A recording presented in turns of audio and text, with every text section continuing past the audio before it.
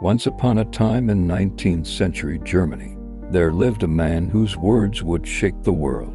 His name, Friedrich Nietzsche, a philosopher, a poet, a rebel and a man whose life was as tragic as his ideas were bold. Nietzsche was born in 1844, the son of a Lutheran pastor. But instead of following the safe path of religion, he chose to question everything: God, morality, truth itself. He asked questions most people were too afraid to even whisper. And then came the line that made him infamous: God is dead. But here's the thing Nietzsche wasn't celebrating. He wasn't saying he had killed God.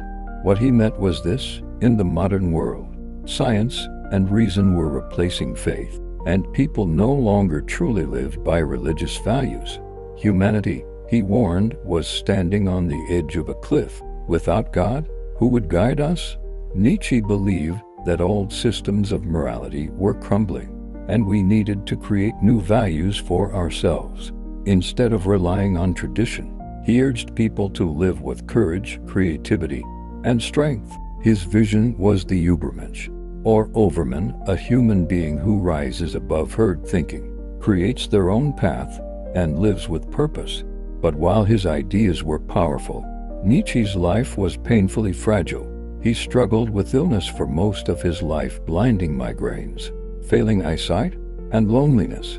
He lived in small rented rooms, moving from city to city, often broke and misunderstood. His writings were radical, too radical for many of his time. Few read him, and few admired him. And then came the tragic downfall. In 1889, Nietzsche suffered a complete mental collapse on the streets of Turin, Italy.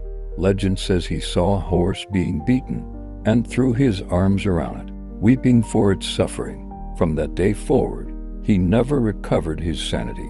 For the last 11 years of his life, he lived in silence, cared for by his sister. Ironically, the man who wrote about strength, willpower, and greatness spent his final years broken and powerless. Yet after his death in 1900, his words caught fire. Writers, artists, and revolutionaries discovered his ideas. Some misused them, twisting his philosophy into things he never intended. But others found in Nietzsche a call to live authentically, to face life's chaos without illusions, and to create meaning even in a world without certainties.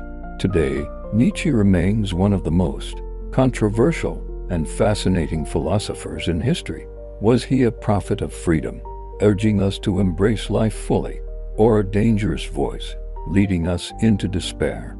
Maybe both. One thing is certain: Nietzsche's cry, "God is dead," still echoes, challenging us to answer the question: if the old truths are gone, what will we create in their place? Friedrich Nietzsche, the man who challenged God, morality, and the meaning of life and lost himself in the process.